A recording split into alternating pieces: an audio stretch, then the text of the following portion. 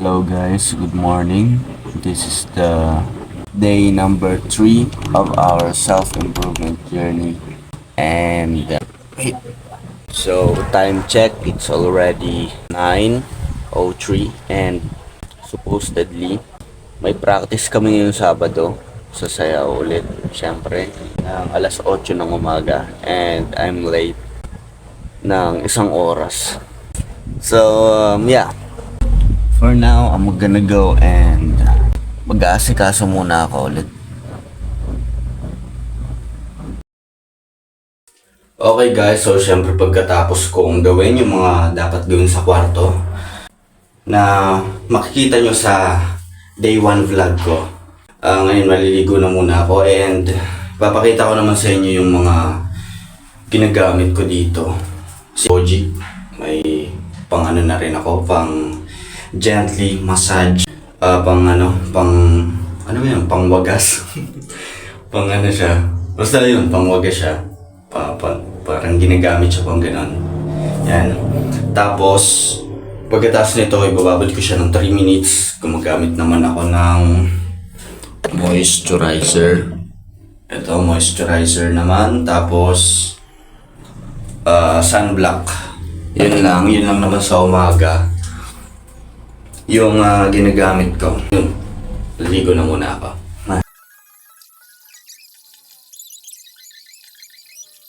Alright guys, so pagdating naman syempre sa skincare routine natin, ito naman yung isa sa ginagamit ko na, ayan, these are na may 90 SPF siya, sun protector factor, para protektahan tayo sa init. Syempre pagkatapos mo moisturize, ito yung ginagamit ko. Tapos sa buhok naman ito, baby oil lang para na all natural and shiny. Tapos sa kilikili syempre ito. Yun lang naman yung simpleng grooming na napaka-importante pagdating sa self-improvement.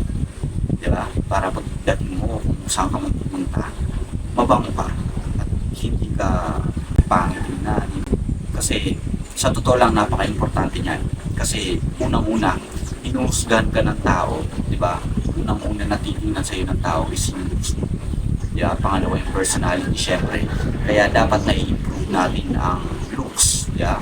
Napaka-importante niyan. Kaya kung nagtataka kayo kung bakit kailangan pa gumamit ng mga ganito, well, kailangan mo talagang gastusan. Kailangan mo talagang pag-impesan yung mga ganitong bagay para pagdating sa looks, di ba, panalo ka. Kasi tandaan mo, lalo-lalo na kung may girlfriend ka, dapat ikaw yung pinaka-best option niya para hindi ka niya iwan. Ganyan dito sa mundo, yun ang katotohanan. Kaya dapat na laging pinipili natin na maging best option tayo.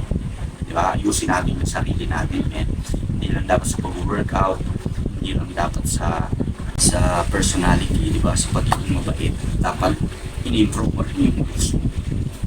Tsaka lagi yung tatandaan, dapat laging mabango ang hininga. Kasi pag makikipag-usap ka sa mga chicks, syempre, kailangan na mabango ang hininga mo. Kasi kung okay naman nga yung looks mo, pero baho naman ang hininga mo, di ba?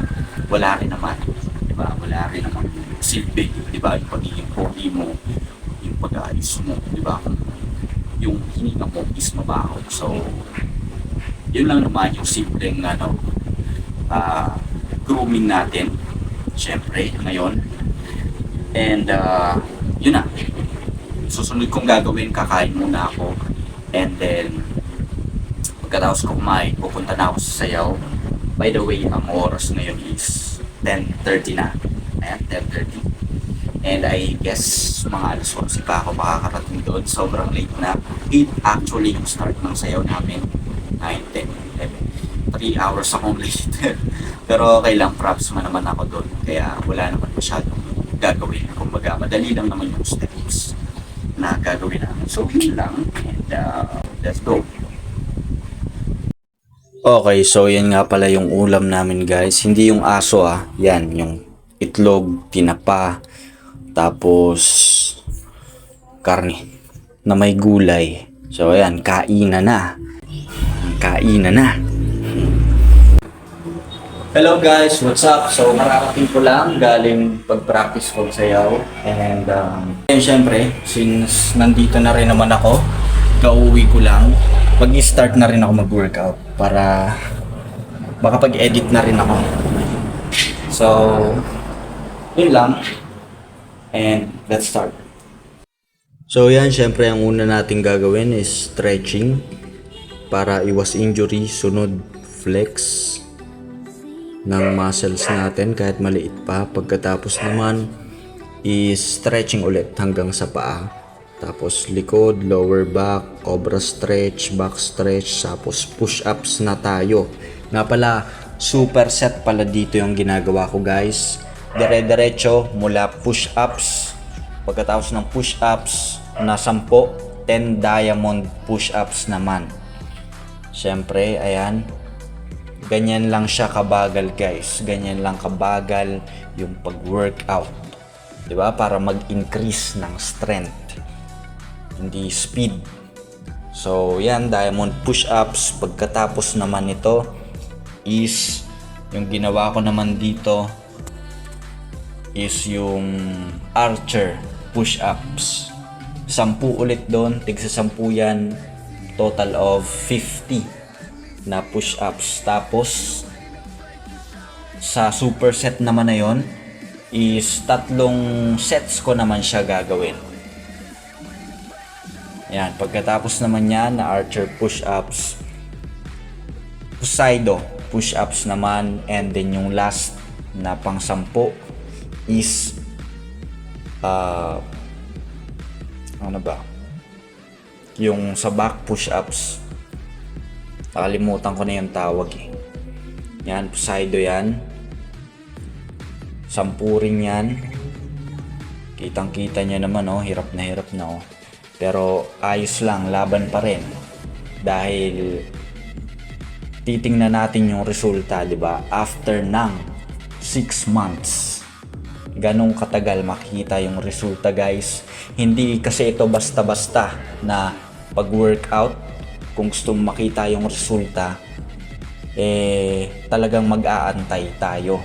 'Di ba? Mag-aantay tayo ng ganong katagal. And binabala ko na nga rin pala, o gagawin ko na nga rin pala, ang workout ng calisthenics. Kaya kumbaga yung workout na yan is yung pagre-ready natin sa calisthenics para ma-master natin yung body weight mismo natin, and also mas lalo pang lumakas pagdating sa pagbubuhat, and mas dumami pa yung cuts sa muscles. So yan na. After nyan, syempre magre-rest tayo ng 3 minutes. Tapos yun ulit, second set naman. Pagkatapos ng second set, ayan, pull-ups naman tayo. Meron tayo dyang pull-ups bars, and yan, nakikita nyo, after nyan ng pag-push-ups natin na 3 supersets. Flex tayo muna. So, wala pa talaga yung resulta. Hindi pa talaga natin makikita sa pangatlong araw. Kahit konti. So, yan lang naman guys. And, yan, nakikita nyo yung back. Konting-konti pa lang yung cuts. Tapos yung sunod naman pala natin gagawin dito guys is maghahang lang muna tayo sa pull-up bar na yan, and 30 seconds lang yon. Tapos sunod flex na naman ulit, syempre para mapunta sa forearms natin, di ba, yung dugo, and dun kumbaga mag-focus yung strength natin para mabuhat natin ng maayos yung body weight, syempre, kasi pinaka-importante sa lahat sa pag-pull ups is yung strength ng forearms. So yan, wala pa talaga yung lats natin. And ayan, naghang muna ulit tayo sa pull-up bars ng 30 seconds. Tapos rest na naman yon. Pagkatapos ng rest na I think 1 minute, pull-ups na. Negative pull-ups muna kasi hirap pa talaga pagdating sa pull-ups. And after nun, ano naman yun, 3 sets naman siya. After ng 3 sets na yun, ay bali pala sa 3 sets, sa bawat isang set na yun, tigta 3 reps din siya. Okay, na-gets nyo? I hope na-gets nyo. So, yun lang naman ang gagawin natin. So, full body workout na yan. Ganyan nga pala yung yung negative pull-ups. Ayan, mag-stay tayo sa taas ng 5 seconds. Tapos dahan-dahan lang pababa. And I think 3 beses dapat yan eh. Yun nga lang yung isa is hindi ko kinaya sa pinakaunang set. Pero 3 talaga yan. And yung next is, syempre flex na naman ulit tayo. Ayan, ganyan pa lang yung gains natin sa ngayon. Pero panoorin nyo na yung magiging resulta after ng 6 months. Kahit hindi nyo na panoorin yung mga susunod na video, yung pinaka last sa December na mapapanood nyo, siguradong magugulat kayo. So, yun lang. And ikakat ko na muna tong video kasi sobrang haba na. Ayan, okay guys. So, tapos na tayo mag-workout. Bale, full body workout yon. Back, shoulder, chest, pati itong forearms, biceps, triceps. Okay, so since hindi pa ako nakakapagbasa, gusto ko magbasa eh. So, ayan. Kumbaga, kasama na yun sa araw-araw kong routine o hobby. Parte na talaga to ng hobby ko, which is babasahin ko ulit to, itutuloy ko. Tapos, pagkatapos nun, syempre kakain ulit para magkaroon ng energy kasi hindi pa ako tatanghalian. Breakfast pa lang yung kanina. So, gawin na natin. Alright guys, so that's it for this video. And sabay-sabay tayong magpalahas, magpapogi, mag-upgrade ng personality, and pati na rin yung mga formahan natin.